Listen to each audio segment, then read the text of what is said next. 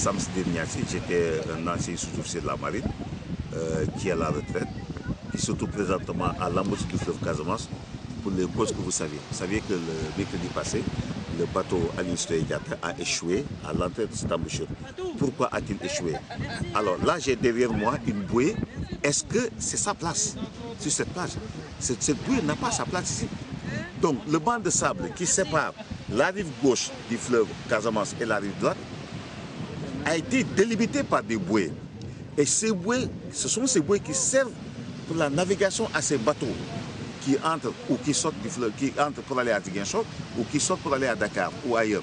Alors, cet endroit où nous sommes, c'est l'endroit le plus redouté des commandants de bateaux. Certains commandants de bateaux n'aimeraient pas naviguer parce que s'ils ne maîtrisent pas le banc de sable, ça va amener des catastrophes. Donc ces bouées qui sont vraiment le long, sur une distance de plus de 4 km, le long de la plage de Diembéring à Nikin, je crois qu'il est temps que le service des phares et balises puisse revenir sur les lieux pour remettre à flot ces balises qui n'ont pas leur place sur la terre ferme. Elles ont leur place dans les eaux pour indiquer à ceux-là qui sont commandants de bateaux, à ceux-là qui sont piroguiers, de mieux naviguer et d'avoir la sécurité par rapport à la voie maritime. D'après vous, pourquoi ces balises ont dérivé?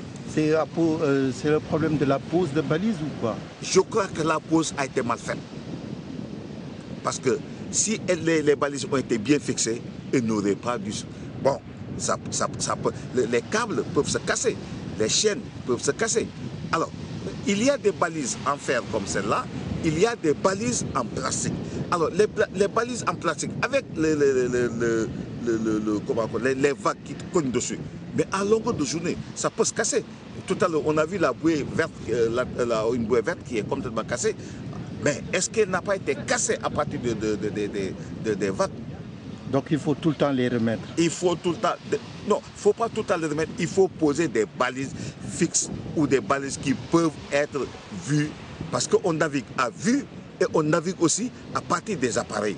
Parce qu'à vue, il faut voir la bouée pour pouvoir mettre le cap où on doit laisser la bouée à droite ou on doit laisser la bouée à gauche. Tout ça, c'est ce qui fait que ce chenal qui est là doit servir. Et les balises doivent servir à ce chenal pour que demain nous ne puissions pas avoir une catastrophe. Quelles sont les conséquences qui peuvent en découler si le fleuve n'est pas bien balisé? Alors, si le fleuve n'est pas balisé, d'abord, les bateaux vont échouer. L'embouchure, les bateaux vont échouer, comme le cas de Aline Sitoé Diatta. Vous avez entendu que le témoin a dit que le bateau, pendant 1 heure de temps, en ce moment, il a commencé à tanguer. De quel côté, on ne sait pas.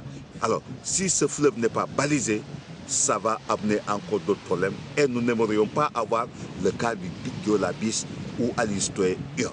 Je crois qu'il est temps que le service des phares et balises puisse revenir sur cette embouchure et mettre une pause définitive de ces balises ou les remettre à flot ou amener d'autres balises qui vont être fixées du moins et qui pourront permettre à ces bateaux de naviguer tranquillement sur ce chenal qui est vraiment redouté par la plupart des commandants. Vous avez remarqué quand vous revenez de Dakar ou quand vous partez des Ziguinchor, une fois arrivé ici, surtout quand vous revenez de Dakar, au petit déjeuner, le bateau tangue le maximum, il tangue beaucoup des deux côtés. Il tangue à tribord, il tangue à bâbord.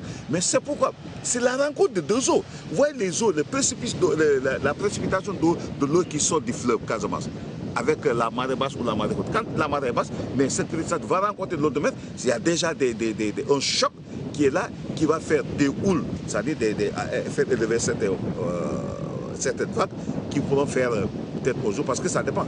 Lui, Aline Sitoé Diatta est un grand bateau, mais d'autres petits bateaux qui vont passer par là, s'ils ne font pas attention, bon, ils risquent d'être chavirés. Quelqu'un a évoqué tantôt le problème des horaires de marée. Pourquoi, quelquefois, Aline Sitoé Diatta peut voguer dans les eaux en période de basse marée? Est-ce que c'est pas un danger également? Bon, je ne sais pas, parce que ça dépendra de son tirant d'eau. Le tirant d'eau de ce bateau. S'il a un long tirant d'eau, il faut qu'il attende la marée haute pour pouvoir sortir. Alors, s'il a un tirant d'eau qui est moins, il peut naviguer tranquillement. Bon, je ne sais pas si le bateau a été fait pour naviguer entre les deux eaux, mais je crois que ça dépendra de son tirant d'eau et de la profondeur du chenal par où il doit passer. Tout, s'il n'est pas profond, le dragage. D'accord.